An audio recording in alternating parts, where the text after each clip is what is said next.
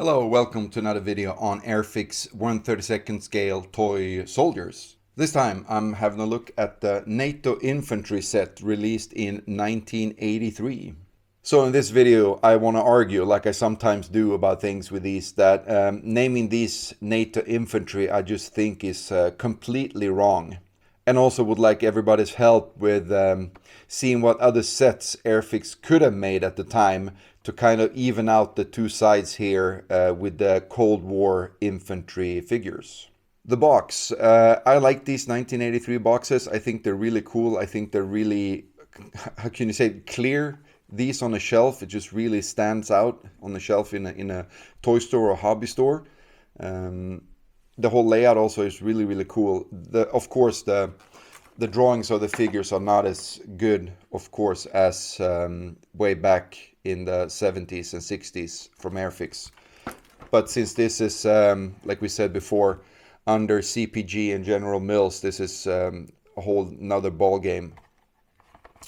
On the back, like with the Russians, some of the poses in the set, I think these are actually pretty good poses. It's a lot better than the Russian set. Other than that, general instructions and all that good stuff. So of course there was never any, or to this day there isn't a NATO infantry force. So it's kind of weird the decision they took to name them this. Because I mean, if you have modern Russians, then these should have been Warsaw Pact, right? If you want to just make a generic set of soldiers from each side. So who knows why they named these NATO infantry, but they're of course American troops, as we all can tell. In the set you get 7 poses, 3 firing and 1 throwing a grenade, and there's no officer in this set. Again, with this set, the figures are a lot smaller than the previous Airfix figures, both in size and features. Closer to, I would say, like a 135 scale than a 132 scale. And they're just not, like I said before, they're just not like real Airfix figures. They're just more like your generic toy soldiers, Hong Kong and whatnot. So in this set, there's not really any like weird, super funky poses. These two are kind of so-so though. First of all, this, using your rifle like this in hand-to-hand combat, I don't think is a very good way. Looks really strange, but it's kind of a fun pose if you're a kid, I think. Yeah, and then you got your running pose, which I have a hard time sometimes understanding why they do these really exaggerated running poses. So usually not how you run when you're having a lot of heavy equipment. I think the 2 firing poses are okay, pretty decent figures. This one is kind of okay. I don't know, firing from this position, but it's, I mean, as a toy, it's kind of cool. You like that, you know, just put it in full auto and just let it rip, right? And then you have the guy throwing a grenade. So he's actually kneeling, not prone. So this is good. You know, if you're behind like a low barricade or something like this would be a natural pose, I guess. The guard, or whatever you want to call him, it's a cool figure, but this is one of my pet peeves. Finger on the trigger where you're not aiming down sights and actually aiming at something and have acquired a target. It's a big no-no, but again, they're toy soldiers. This, as the same with the Russian set, is kind of a bit of a missed opportunity, as all the soldiers are actually using the M16A1 rifle. And at the time, of course, you had so many cool weapons they could have, you know, like an M60 gunner, the 203 grenade under barrel launcher. You could have M21 DMR, or you could have the M40 sniper, M72 law. Yeah, a lot of cool stuff they could have used. And as far as the rifles, I guess in 1983 they would still be using the M16A1 with the triangular handguard and the fixed carrying handle. So that's good. The magazine though looks like a 20 round magazine, and at this time they should all be using a 30 round magazine. Yeah, I guess the BDUs, you know, the uniform looks okay. As far as the webbing, it's Alice at this time.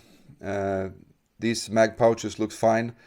The butt pack though is too square. It should be more rounded, and probably a couple more water canteens on there would have looked cool. What I don't like so much though is the helmet, because at this time the PASGT, Personal Armor System for Ground Troops, I guess it was called, wasn't really out yet. So this should be just a regular M1 helmet, but also the same as on the box. This helmet looks more like a German, almost World War II helmet, not even like the newer ones, and definitely not like an M1 helmet. And also, if this had been the PASGT, oh, so hard to say, PSGT, they should probably had the body armor that came with the helmet and body armor system. Yeah, but all in all, not a bad set. If I got these as a kid, I think I would have liked them and thought they were pretty cool. And I think I would have bought the whole NATO concept, when you're 8 or 9 or 10 or whatever. I was a little bit older when these were released in 1983, though, so I never had these as a kid. A little bit generic now, though, for my adult taste, but still worth collecting.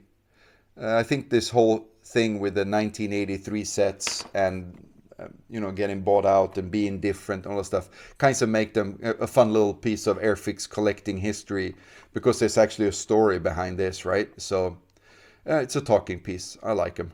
And before I do the close-ups, I just want to get you guys' kind of thoughts and opinion on if the market had looked different in 1983 and the owning of Airfix and everything been different, what could they have done? Because at this point, if we don't take the SAS soldiers in account, we have at the time British troops, German troops, American troops, but only one set of Russian troops. So what else could they have done? I mean, if you call these NATO infantry, right? These should be Warsaw Pact, really. But in the Warsaw Pact, you had different countries as well. But I mean, what could they have done? Chinese? I'm not sure. But this is not fair, right? You can't have 3 sets against 1 plus special forces. So what could they have done? I'm not sure. I've been looking around a little bit, but I can't figure it out what they could have done.